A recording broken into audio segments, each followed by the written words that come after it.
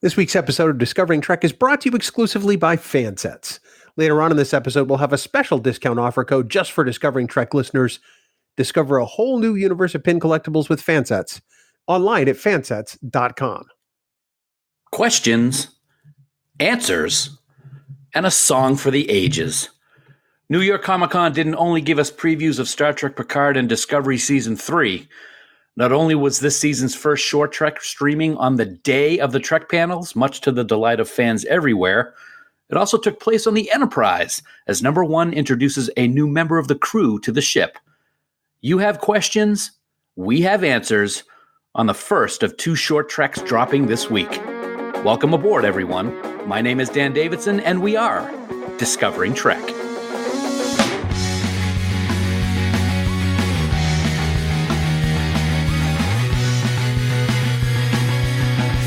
Welcome one and all to Discovering Trek, the Star Trek Discovery Companion, presented by Fansets. We knew that there would be several new short treks coming our way this year, but I don't think anyone expected one available on the day of the Trek panels at New York Comic Con.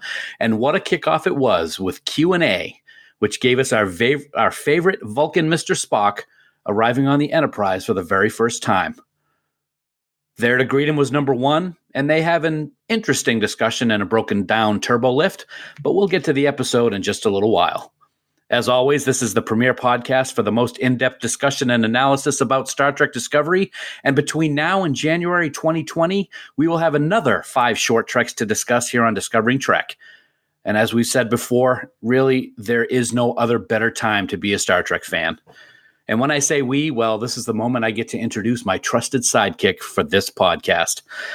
If I were stuck in a turbolift with him, I wouldn't ask for questions. I wouldn't give answers.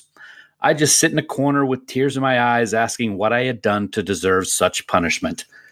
In any event, he is my special friend, my brother in Trek, and my amazing Number One. He is Bill Smith. Bill, I know last week we said we had some special stuff brewing, but I don't think either of us expected that we would be talking short treks so quickly, did we?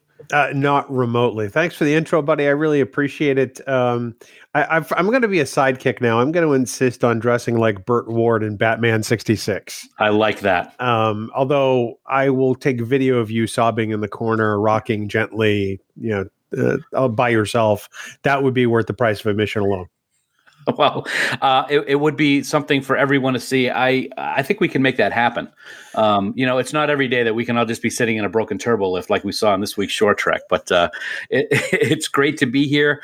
Like we talked about, just the fact that we have short treks now was really a shock to, I think, everyone in the audience at New York Comic Con, as well as us watching the Twitter feed live as it was happening. I was stunned, when Kurtzman said it was available. I'm like, what? So, I'm watching the panel on my phone because it's streaming on Facebook Live, and I immediately dial up CBS All Access on the TV in my living room. And I'm like, oh my God, now what do I do? Am I watching the short trek or am I watching the panel? So there was a bit of a crisis there. It took a while to resolve. So in between the Discovery panel and the Picard panel, I watched short treks the first time, and then I went back and watched it about 4 or 5 more times. There you go. Well, I'm not one to watch TV during the day, especially on a weekend. But when you sent me the message that Q&A was available, I said to my wife, we're not going anywhere for about 15 minutes because we have something to watch. And we both watched it. We both loved it. Before we get into our Q&A on Q&A, though, Bill, why don't you tell our wonderful listeners how they can get in touch with us to give us their thoughts on this week's first short trek of the season? Priority 1 message from Starfleet coming in on secured channel. On the Twitter machine, you can discover us at Discovering Trek. And in Zuckerberg land, you can follow us at facebook.com/Discovering Trek. And either place you can leave us comments, questions, or even your hopes for future short treks. Don't forget, you can also send us a voicemail by going to our website at trekgeeks.com and clicking on the giant blue button. Please do remember, though, that any comments you leave us could be used in a future episode of Discovering Trek. Dan. Blank alert. Blank alert. From here on in, this episode of Discovering Trek contains spoilers, so if you haven't watched Star Trek's Short Trek Q&A, stop listening right now. Go on over to CBS All Access or wherever you watch short treks, spend 14 minutes and 7 seconds watching this mini episode, then head back on over to Discovering Trek. Failure to do that puts you at risk to find out plot developments and character details for Q&A. All right, man, here we go. We haven't seen it for a long time. We haven't heard it for a long time, I should say. Your recaps are things of legend, but for short treks, 6 sentences, go. Well, there's a lot of pressure here. I hope I can rise to the task, much in the same way that Ensign Spock does in this episode. But 6 sentences, I got this. Here we go.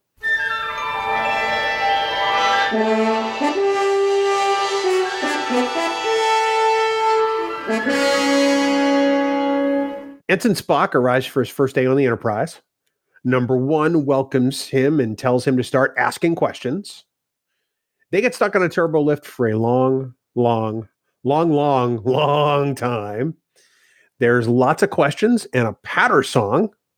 They get rescued. Spock takes his place on the bridge where he belongs. Boom! 6 sentences in your face. Beautiful. See, that's why you're my sidekick, Bert. I just want to point out that Robin costume has to be about 15 sizes bigger than what Bert wore 50 years ago. So we'll work on that. Trainees, to the briefing room. So, Bill, as we gather in the briefing room to start our discussion on our first short trek of the season, let's get our high-level thoughts. For you, was Q&A a thumbs up or a thumbs down, and why? And I think I know the answer. I think you do. This is thumbs up and way up at that. This short really did the kind of thing that I've thought these short treks should be doing all along, filling in details about characters we love. We got a little bit of that last season with The Brightest Star, and Q&A really shows us why short treks is a great concept. I think this one is executed really, really well, and I hope they're all in this vein this year. Yeah, I agree. I know we had a couple issues with some of the short treks last year. For me, this first one of the season is a thumbs up. It's a thumbs way up. Both thumbs. If I was Eric's in the animated series, it would be 3 thumbs up. What a great way to introduce the cage-like version of Spock along with number 1 to Star Trek fans. We get to see the Discovery version of the Enterprise again, which is always a good thing because both you and I love it. And we get to see aspects of these characters in a way we could never really have imagined before because we only got to see number 1 for such a short time before. So I thought it was excellent. And I, like you, I hope the other short treks this year are just as good as this one. I agree. I mean, last year, I thought it was kind of 50-50 hit and miss. This year is off to a strong start. I think that this format has probably matured since last year. It was their first time last year. They only did 4 of them. I think that they understand the format better. I think this one is written well to encapsulate that sort of 15-minute time frame. And there's not any wasted moments in this, which I think is really kind of key.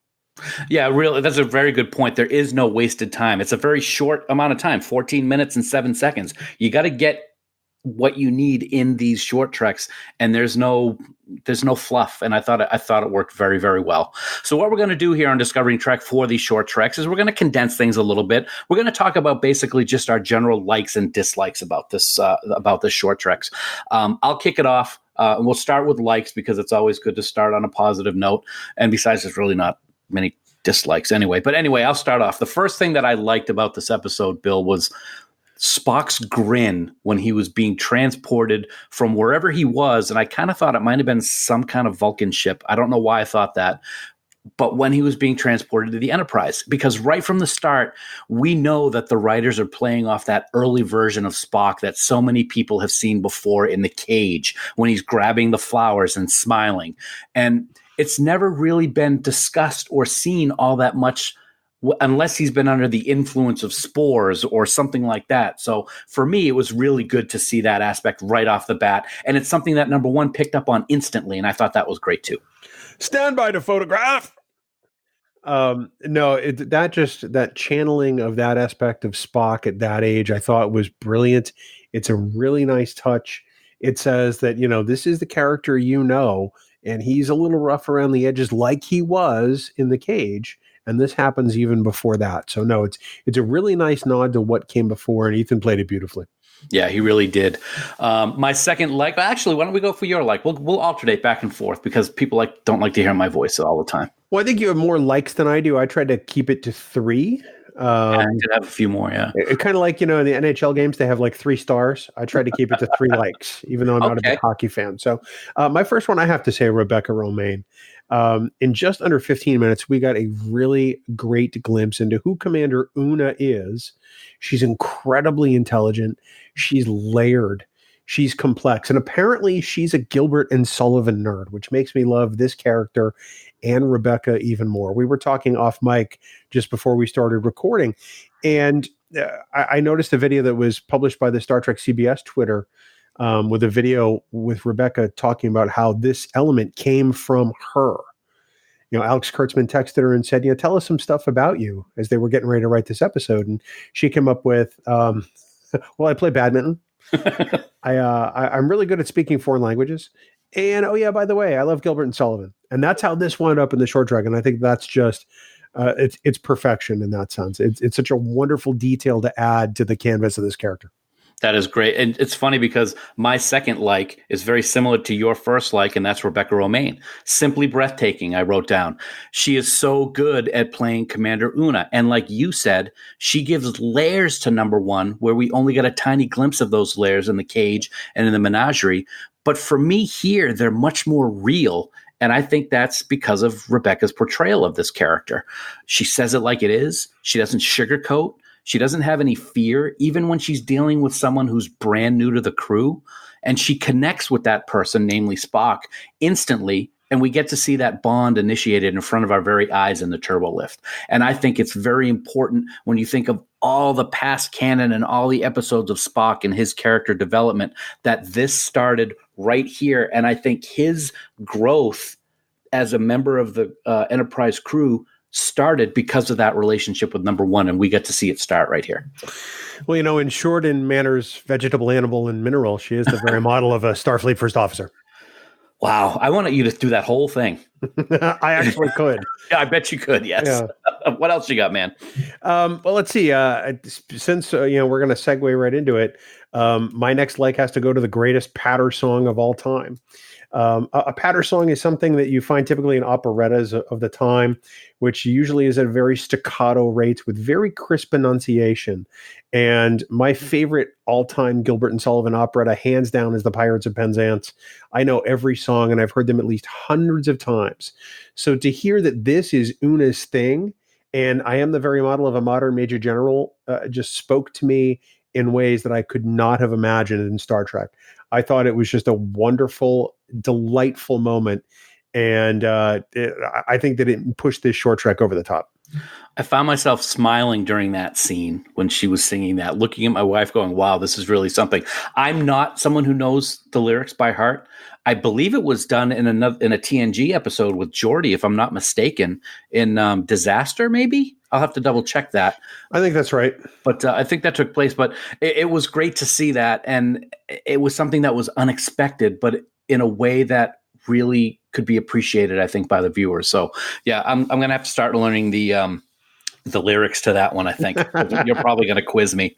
On that note, one of the things that I liked a lot about this episode, which I think a lot of people might have a problem with, because I've seen some things on Twitter, was Spock's outburst of laughter. I really liked that because it was unexpected. It was a shock. We've seen him smile before, which we've talked about already with the flowers and Talos 4.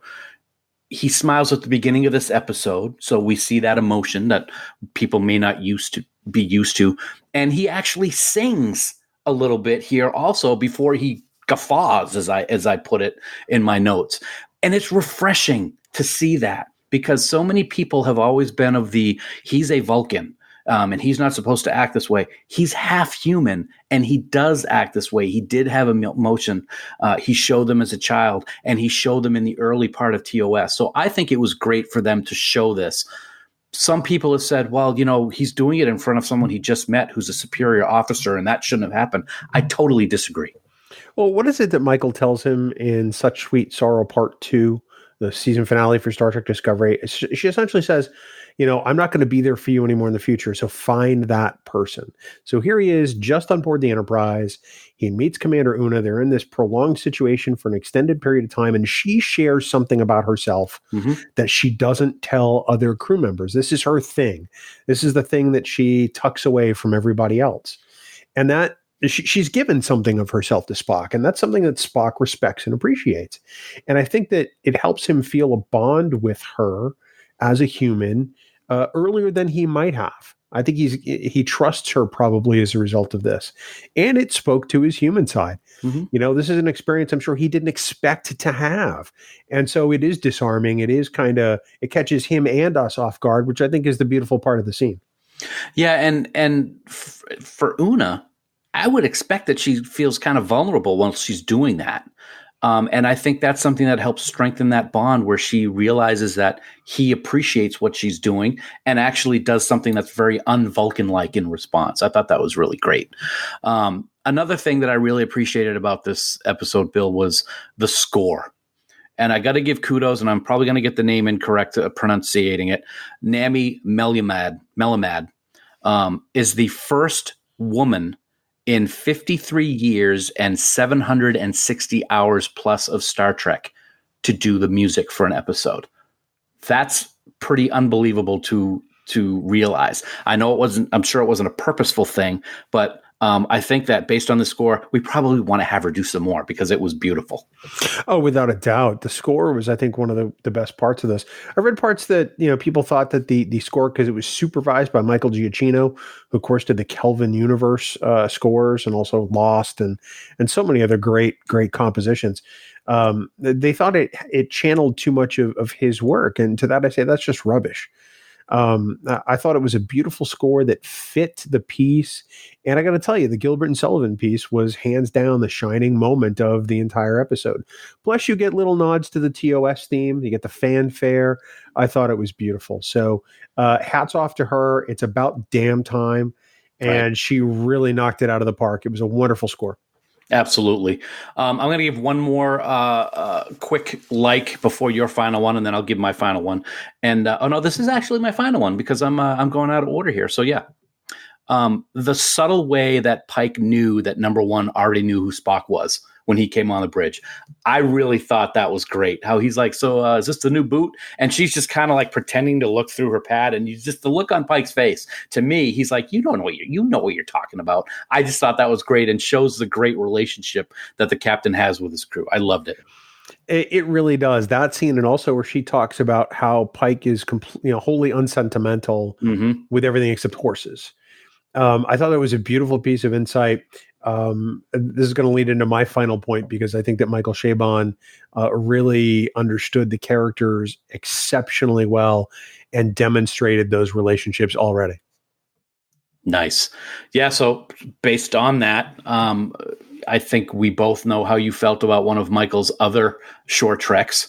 So talk about that for a second. Well, my last like is definitely the writing of Michael Chabon in this particular episode of Short Treks. It is no secret that I thought that Calypso, his Short Trek entry from last year, was the weakest of all of them in last season. I stand by that. I think my criticisms of Calypso were 100% valid. It's a beautiful story. It just wasn't Star Trek. And he purposefully wanted it to stand apart from the fabric of Star Trek, which he said in interviews with sci-fi.com. However, Michael really has written a story here that, unlike last year's outing, is real Star Trek, and it's beautiful. It pays respect and homage to these characters and adds something new that we didn't know we were missing. And I thought it was just exceptional from start to finish. So yeah, so if what we see here with this one episode, with this one short trek, is any indication of what we can look forward to with Star Trek Picard, I think we're all going to be really happy. I think we're going to be happy anyway. But seeing what Michael did with this one, and as the showrunner of Picard, I'm feeling pretty good about that show, man. He gave great care and feeding to these three characters that we've known for ages in just 14 minutes. I can't wait to see what he does with 10 episodes of Star Trek Picard. I think it's going to be pretty special. Absolutely. Well, although we had so many things that we liked about this short trek, There was at least one, and you could probably call 1.5 things that really wasn't something that I liked with Q&A. So I'll just say it right out, man. I cannot stand the turbolift visuals in Discovery and in this episode. I just we've seen them several times now, and each time we see it, I dislike it even more.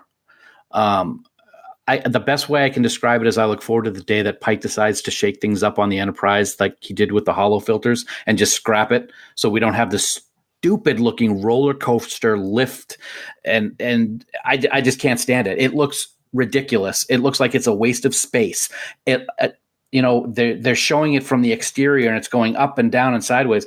What happened to like gravity in the turbo lift? If it's going upside down, aren't people going to be falling up and down? I just wanted to go back to the turbo lift shafts that we're used to seeing in TOS and beyond and be done with it. But inertial dampeners, Dan. Come on now. Come on now. Why didn't you just transport out of there? Oh, we'll talk about that in a minute.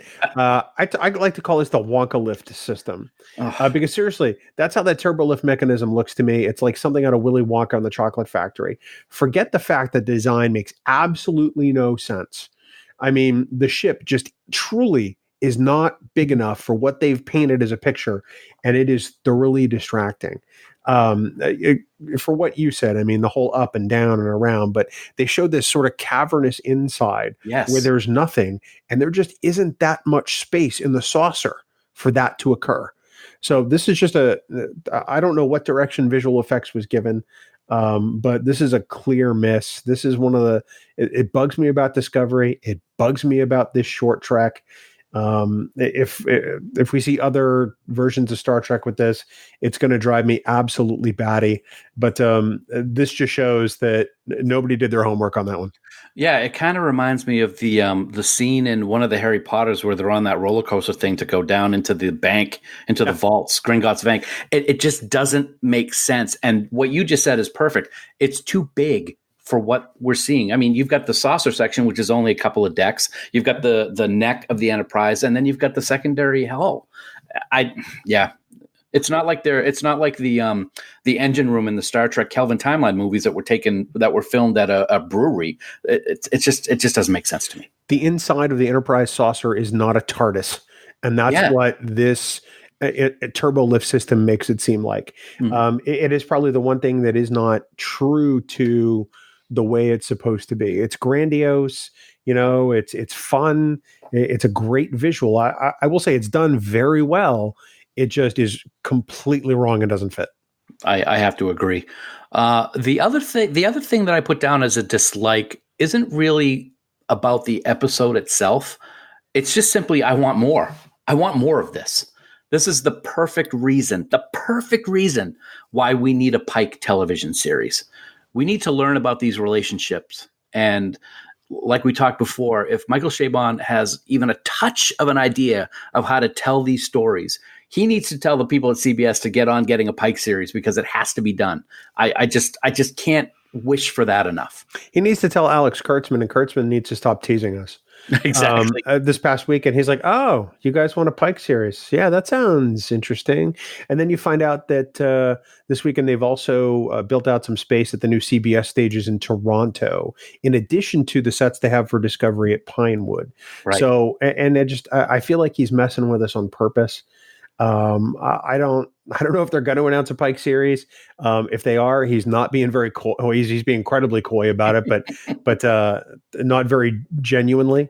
I have one other dislike that I want to add, like right on the fly. So yes, and that is, it's not the episode itself, but it's the empty criticism of the episode. Today, you and I have seen a variety of comments that said, "Why didn't they beam them out of the turbo lift?" And the answer is because they didn't. Right. If that's what you're focusing on, the fact that they just didn't beam them out of the turbo lift and they sat there for hours, then you really missed watching a great episode of Short Treks. There are plenty of instances in Star Trek where the transporter could have been used and was not. Why? Because it told a better story that way. And that's really what this is about. When Ben Finney was hiding in engineering, why didn't they just beam him into the brig? And was that Court Martial, I believe it is. Right. Or in Space Seed, when Khan attacks Kirk in engineering, why didn't they just beam Khan into, I don't know, outer space? There you go. Wow, that's harsh. Or let's look at Next Generation with Starship Mine. At the very end, when Picard is calling the base, asking for them to shut down the baryon sweep, he's stuck there like in the last couple of meters of 10 forward. Instead of saying, shut down the baryon sweep, he should have said, beam me the hell out of here. Right. People have to always find a reason to bitch about something. That's the way I've kind of started to look at it. And you're absolutely right. If they had done that, okay, the short trek would have been 4 minutes and 7 seconds instead of 14, and we would have missed a story. There's so many movies and episodes of television where you could say, why didn't they just do this? It would have saved them or something like that. People aren't getting the idea. They're trying to tell a story here, people. And if you're going to use instances of that, you're absolutely right. They're not focusing in on the story. They just want to complain about something. And it's so infuriating as a fan to see this from people. And you have to wonder when you hear things like this, if there's just ulterior motives. Well, yeah, it's a hollow criticism. It's a lazy criticism. Let's be honest. There are plenty of times where we've been critical about Star Trek, whether it's, the series that have come before Discovery or even Discovery itself. Anybody that listened to the Such Sweet Sorrow episodes of Discovering Trek knows that the finale wasn't our favorite part of the season. Right. And we had some pretty honest criticisms about it. But if your criticism of this episode is based on the fact that the two primary characters in the episode were not beamed out of the turbolift, I'm sorry, that's lazy criticism, and you shouldn't be making judgments on this episode. And to pile onto that a little bit more, part of those criticisms that we've seen is, well, even if they didn't do it, they could have said why. No, they really didn't have to. No. We talked about it before. We want the short trek to have as much information packed into it about the story as possible. So even just having a couple of seconds of dialogue about something that doesn't have anything to do with the story is a waste of time in my mind and just not needed. And people need to think a little bit higher than that. Well, it's interesting because, people will always say, well, there could have been a line of dialogue. None of these people have ever written for television. None of these people are ever going to write for television. And it brings to mind for me another Gilbert and Sullivan song from another one of their operettas, HMS Pinafore. And it's called Never Mind the Why and Wherefore. The details in this instance don't matter. It doesn't, could they have beamed them out? Could they have, I don't know, rerouted, whatever? It doesn't matter. We got a story about two characters, and we learned a lot about these two characters. There are some key details here that really paint inside some of the lines that we've already seen drawn. And that's what's important about the episode. This week's episode of Discovering Trek is brought to you, of course, by Fansets, the exclusive sponsor for the Star Trek Discovery Companion. As always, we love to talk about their amazing line of pin collectibles and products because, well, they're simply the best in the industry.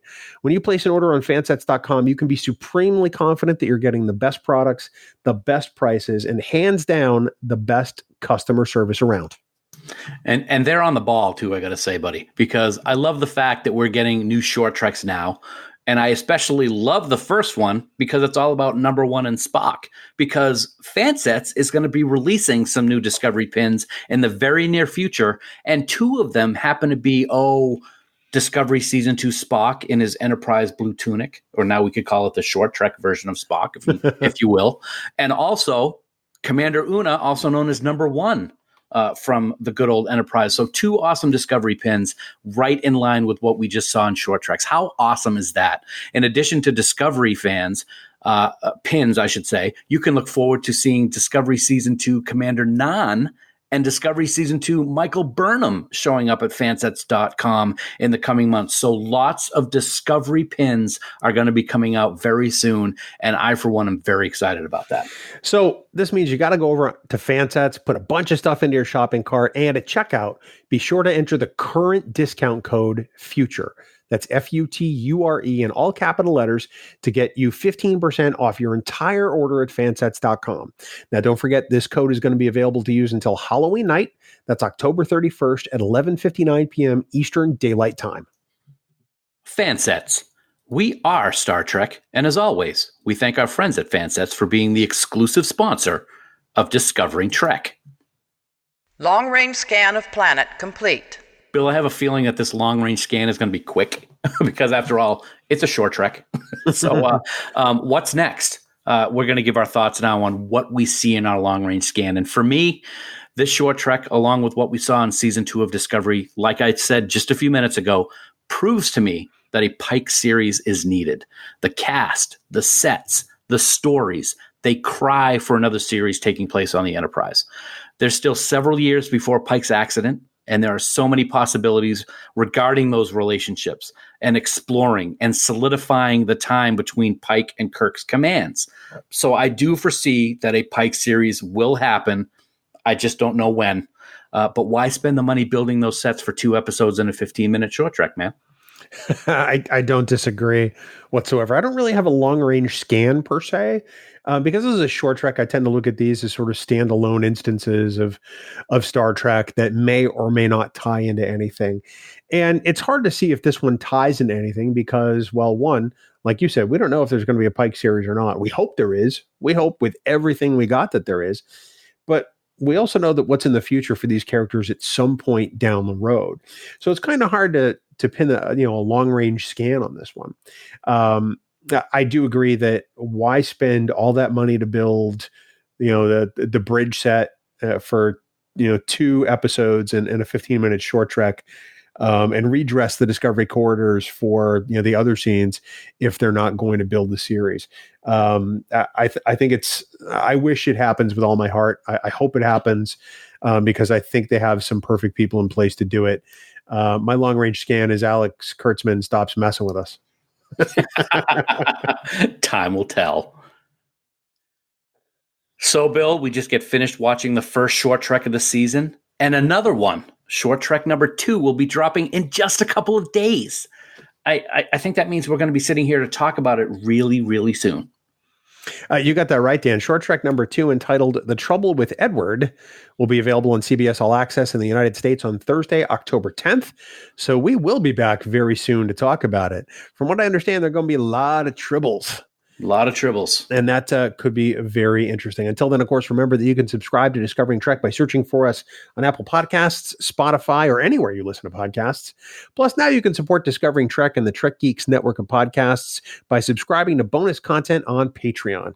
Get access to exclusive content you're not going to get anywhere else, and get raw audio of our podcasts, along with so many other perks, Dan.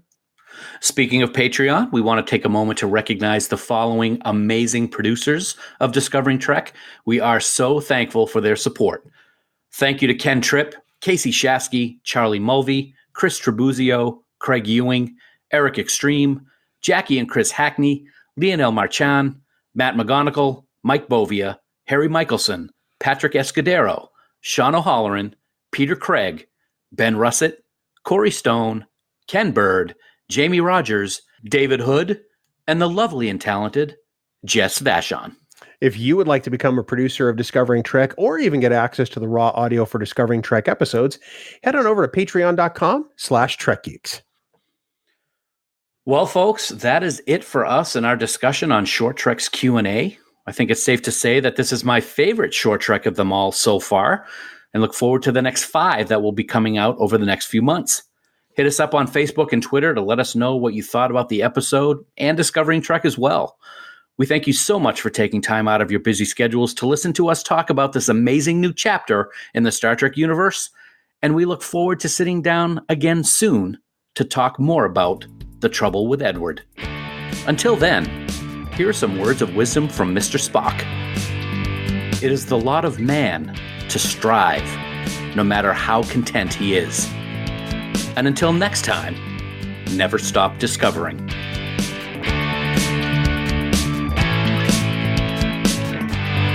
Music for Discovering Trek is provided by 5 Year Mission. They're writing 1 song for each episode of the original Star Trek. Download their music at 5yearmission.net. Discovering Trek, a Star Trek Discovery companion, is a production of Trek Geeks. Executive producer Dan Davidson. For even more Star Trek discussion, check out the Trek Geeks podcast, available on Apple Podcasts and TrekGeeks.com.